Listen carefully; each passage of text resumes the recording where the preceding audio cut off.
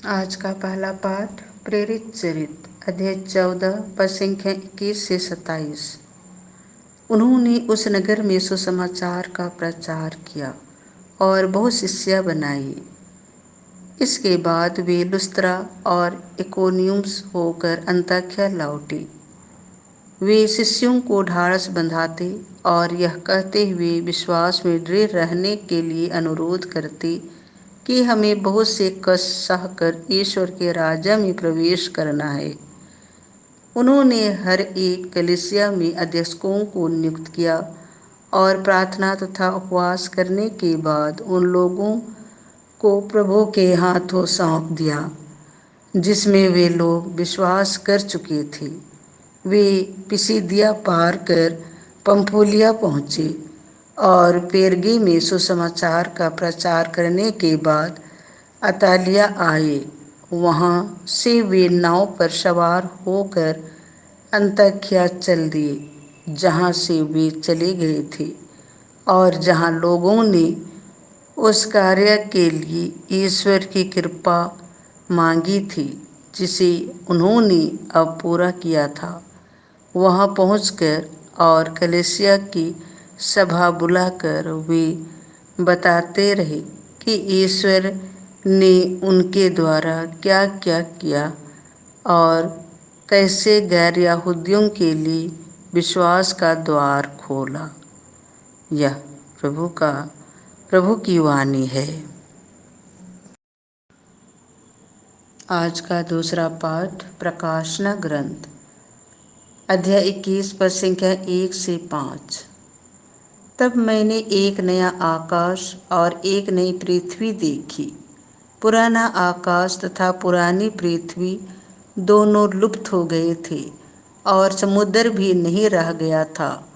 मैंने पवित्र नगर नवीन यरूशलेम को ईश्वर के यहाँ से आकाश में उतरते देखा। वह अपने दूल्हे के लिए सजाई हुई दुल्हन की तरह अलंकृत था।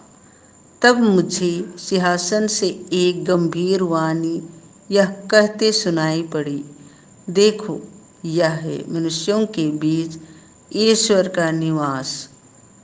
वह उनके बीच निवास करेगा, वे उसकी प्रजा होंगी और ईश्वर स्वयं उनके बीच रहकर उनका अपना ईश्वर होगा।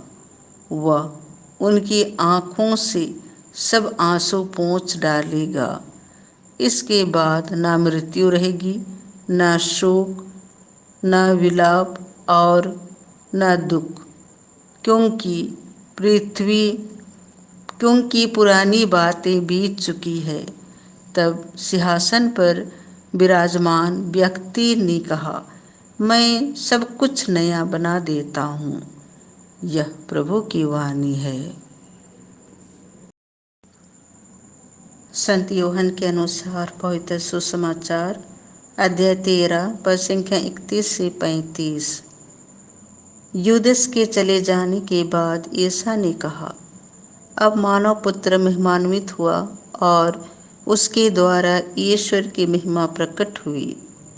यदि उसके द्वारा ईश्वर की महिमा प्रकट हुई तो ईश्वर भी उसे अपने यहाँ महिमान्वित रहेगा और यह शीघ्र ही उसे महिमान्वित करेगा। बच्चों, मैं और थोड़े ही समय तक तुम्हारे साथ हूँ। तुम मुझे ढूंढोगे और मैंने यहूदियों से जो कहा था अब तुमसे भी वही कहता हूँ।